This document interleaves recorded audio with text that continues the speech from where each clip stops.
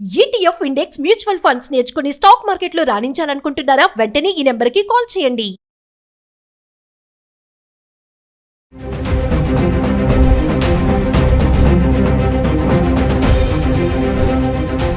Hi hello నమస్తే, welcome back to Suman TV. ప్రస్తుతం మనతో పాటు ఉన్నారు certified astro business coach Javeria garu. నమస్తే మ్యామ్. నమస్తే Naveena garu. Madam, reserve bank of India ఒక కొత్త నోటీస్ అయితే తీసుకొచ్చింది. ఈఎంఐ కట్టే వాళ్ళకి గుడ్ న్యూస్ అంట. అంటే గుడ్ న్యూస్ అనగానే అంటే మేము కట్టాల్సిన అవసరం లేదా ఈఎంఐ అనుకోలేరు తొందరపడి. అలా కాదు, కాకపోతే ఇప్పుడు ఈఎంఐ అనేది మేడం మనం ఏదైనా వస్తువు కొన్నా, ఒక బైక్ కొన్నాం అనుకోండి, సపోజ్ ఇచ్చేటప్పుడు చాలా బాగా చెప్తారు, ఆ లోన్ తీసుకోండి, ఈ లోన్ తీసుకోండి, ఇలా పెట్టుకోండి, అలా పెట్టుకోండి అని చెప్పి. అంటే మనం కొనే వరకు మనల్ని విసిగిస్తారు, ఖచ్చితంగా మనతో కొనిపించేస్తారు ఈఎంఐ పెట్టించి. తర్వాత స్టార్ట్ అవుతుంది ఇక నెలవారీ కట్టే ఈఎంఐస్. అప్పుడు కొంతమంది ఏంటంటే ఫైనాన్షియల్ ప్రాబ్లమ్స్ వల్ల కట్టలేకుండా ఉంటారు. అప్పుడు వీళ్ళు ఏం చేస్తారంటే ఇంటికి వచ్చి, ఎవరైతే రికవరీ ఏజెంట్స్ అంటారు కదా, వాళ్ళ ఇంటికి వచ్చి గొడవలు చేయడము, చేసిన తర్వాత వాళ్ళ వస్తువుని, బండిని తీసుకెళ్ళిపోవడం, ఇలాంటివి జరుగుతూ ఉంటాయి. మరి ఆర్బీఐ తీసుకొచ్చినటువంటి కొత్త రూల్స్ ఏంటి? ఈఎంఐ కట్టని వాళ్ళకి గుడ్ న్యూస్ అంటే ఏంటో ఒకసారి. సో ఈఎంఐస్ గోలా అండ్ తర్వాత వచ్చేసి రికవరీ ఏజెంట్స్. ఇక్కడ బలంగా చెప్పుకోవాల్సింది recovery agents through. Recovery agents తప్ప అంటే కాదు. సో మేనేజ్మెంట్ వాళ్ళ త్రూ చేయిస్తుంది. ఇది ఎంతవరకు కరెక్ట్ అనేది కూడా చాలా వరకు ఆలోచించాలి. హెచ్ఆర్సీ కానివ్వండి, తర్వాత వచ్చేసి హ్యూమన్ రైట్స్ కమిషన్ కానివ్వండి, హ్యూమన్ రైట్స్ పరంగా, హ్యుమానిటీ పరంగా చూసుకుంటే కూడా మనకు అసలు ఆ సంఘటనలు అంటే ఎటువంటి సంఘటనలు అంటే ఇంటి దగ్గరకు వచ్చి అల్లరి చేయడం ఫస్ట్ ఆఫ్ ఆల్, తర్వాత వచ్చేసి వాళ్ళకు నోటుకు వచ్చిన భాష మాట్లాడడం అండ్ ఫోన్ కాల్స్. అంటే ఆ కాల్ వస్తుంది అంటే భయపడి చావాలి. ఇంకా కొంచెం పరువు మర్యాద ఇంకా ఉంది అంటే అయిపోయాయి, ఇంకా అక్కడికే ఖతం అయిపోతుంది అనమాట మనిషి మెంటలీ. సో చాలా చాలా డిప్రెస్ అయిపోతారు అండ్ చాలా మంది సూసైడ్స్ కూడా చేసుకున్నారు. సో ఇలాంటి సంఘటనలు ఎందుకు జరుగుతాయంటే ఫస్ట్ ఈఎంఐ మీరు చెప్పినట్టు తీసుకోండి, ఆఫర్స్, ఈ ఆఫర్స్ చాలా మంచి బెనిఫిట్స్ ఇవన్నీ చూపిస్తారు. సో ఫ్యూచర్ కానివ్వండి, వాళ్ళ ప్రోడక్ట్కి అంటే for example cars or vehicles ఏదైనా కావచ్చు, బాగుంటుంది అది చెప్తారు. అండ్ 1 month ఏదైనా డిలే అయ్యిందా లేకపోతే జరిగిందా అంటే అప్పుడు రియాలిటీ అనేది బయటకు వస్తుంది అనమాట. సో ఫస్ట్ తీసుకుంటున్నప్పుడు ఇతను కట్టగలడా లేదా అన్నది ఆ విషయం పక్కన పెట్టి, సో మీరు ఎంతవరకు టార్గెట్స్ ఇచ్చి మీ ఎంప్లాయీస్కి సో సేల్ చేసేయాలి అన్న ప్రెషర్ ఎప్పుడైతే పెడతారో ఇప్పుడు దీనికి ఒక కరెక్ట్ సమాధానం వచ్చింది అని అనుకోవచ్చు ఆర్బీఐ నుంచి. ఎందుకంటే ఫస్ట్ ఎంప్లాయీస్కి ప్రెషర్, సో ఈ నెల టార్గెట్స్ ఇన్ని వెహికల్స్ అమ్మబడాలి.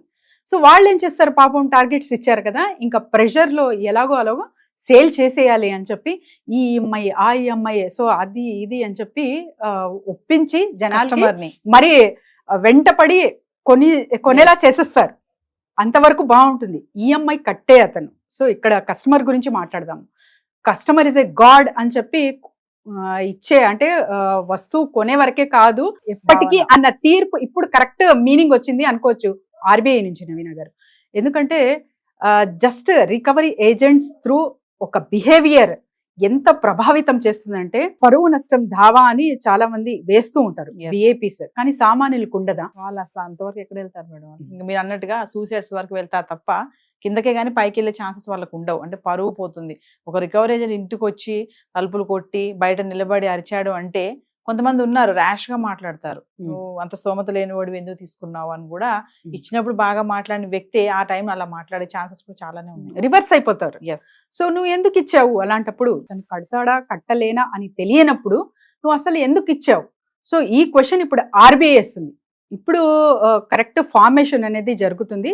కాకపోతే ఎవరైతే ఈఎంఐస్ లో కొంటున్నారో వీళ్ళది కూడా కొంచెం కొద్దో గొప్ప బాధ్యత ఖచ్చితంగా ఉంటుంది. నవీన గారు, మనకు బడ్జెట్ ప్లానింగ్ అనేది చాలా చాలా ఇంపార్టెంట్. మనం ఏం కొనొచ్చు ఏం కొనకూడదు, అసలు మనం కేటాయించగలమా, ఈఎంఐ కట్టగలమా అనే అవగాహన కస్టమర్కి ఖచ్చితంగా ఉండాలి.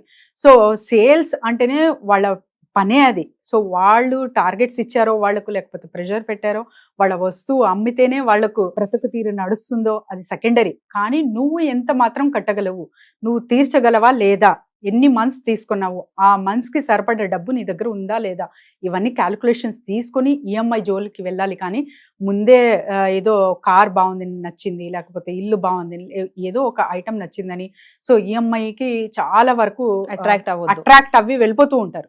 సో వీటికి కొంచెం ఆలోచించి డెసిషన్స్ తీసుకుంటే బాగుంటుంది. అంటే మేడం ఇప్పుడు ఫినాన్షియల్ కంపెనీసే కానీ బ్యాంకింగ్ లోన్స్ ఇచ్చే వాళ్ళే కానీ ఇప్పటి నుంచి వాళ్ళ అరాచకాలన్నీ తగ్గుతాయని అనుకోవచ్చు అంటారా? డెఫినెట్లీ. అంటే బండిని జప్తు చేయడము, తీసుకువెళ్ళిపోవడం ఇట్లాంటివన్నీ. బయట జస్ట్ బండి కనిపిస్తే చాలు అక్కడికక్కడే ఇంకా తీసుకెళ్ళిపోవడం. సో అసలు ఒక మానసికంగా ఎంత ప్రభావం చేస్తుంది మనిషి మీద అనేది కూడా ఇంపార్టెంట్ కదా, అదంతా మర్చిపోయారనమాట. మారల్స్, వాల్యూస్, ఎథిక్స్, హ్యుమానిటీ అంతా పోయింది. కానీ ఇప్పుడు మళ్ళీ ఈ ఆర్బీఐ రూల్స్ ప్రకారంగా మళ్ళీ వస్తుంది అని నమ్ముదాము. అండ్ తర్వాత గట్టిగా అంటే ఇలాంటి వీడియోస్ ఇంకా వెళ్ళాలి, చాలా మందికి ఇంకా చేరాలి అండ్ ఈ అవగాహన రావాలి. ఎవరైతే ఈఎంఐస్ తీసుకుంటున్నారో డైరెక్ట్గా ఆర్బీఐ వచ్చిన రూల్స్ మీరు ఇంటర్నెట్లో తీసుకొని వాళ్ళకి చూయించి మరీ కొనండి. అప్పుడు గనక ఇలా రికవరీ ఏజెంట్స్ త్రూ ఈ బిహేవియర్ అనేది సరిపడుతుంది. ఇంకా మేడం మామూలుగా చూసుకుంటే మనకి ఈఎంఐ అనేది ఎక్కువగా మిడిల్ క్లాస్ వాళ్ళు చాలా మంది చేస్తూ ఉంటారు. అంటే మీరు అన్నట్టుగా ఇందాక చెప్పారు, వస్తువులు అట్రాక్ట్ అయిపోతారు. సపోజ్ ఒక షోరూమ్కి వెళ్ళామనుకోండి, అబ్బాయి ఇది ఈఎంఐ ఉంది కదా, ఒక్కసారి కట్టాల్సిన పని లేదు, మనం మంత్లీ కట్టుకోవచ్చు, కొంచెమే కదా కట్టేద్దాంలే, తీసేసుకుందాంలే అని అలా తీసేసుకొని 2-3 నెలలు బాగానే కడతారు. సడన్ గా వాళ్ళ ఉద్యోగమే పోయింది అనుకుందాం, సపోజ్ ఉద్యోగం పోదు, మరి అప్పుడు ఏంటి పరిస్థితి? సో అందుకని నవీన గారు, మీకు సరిపడ డబ్బు ఫస్ట్ ఉందా? సో లిక్విడ్ క్యాష్ అనేది 6 months వరకు మనము కంపల్సరీగా ఉంచుకోవాలి మన బ్యాంక్ బ్యాలెన్స్ లో. ఎవరైతే ప్రైవేట్ ఎంప్లాయీస్ ఉన్నారో వాళ్ళు, గవర్నమెంట్ ఎంప్లాయీస్ పరిస్థితి దట్ ఈస్ డిఫరెంట్. సో వాళ్ళకు 2 or 3 months ఉన్న చాలు. కానీ ప్రైవేట్ కంపెనీస్ లో మీరు వర్క్ చేస్తుంటే అప్ టు 6 months వరకు కూడా లిక్విడ్ క్యాష్ అనేది మీ అకౌంట్స్ లో ఉండాలి. సో అలా ఉన్నప్పుడు మీకు ఒక ధైర్యం ఉంటుంది. అండ్ ఈఎంఐ ఒక 1 month డిలే అయినా నెక్స్ట్ మంత్ 2 కలిపి కట్టొచ్చు మీరు. సో అలాంటప్పుడు మీకు కట్టలేను, నేను నా శాలరీ మీద డిపెండ్ అయ్యాను, శాలరీ వస్తే తర్వాత ఈఎంఐ కడతాను, నెక్స్ట్ మంత్ కూడా డౌటే అన్నప్పుడు ఈఎంఐ జోలికి అస్సలు వెళ్ళకూడదు నవీన గారు. Thank you.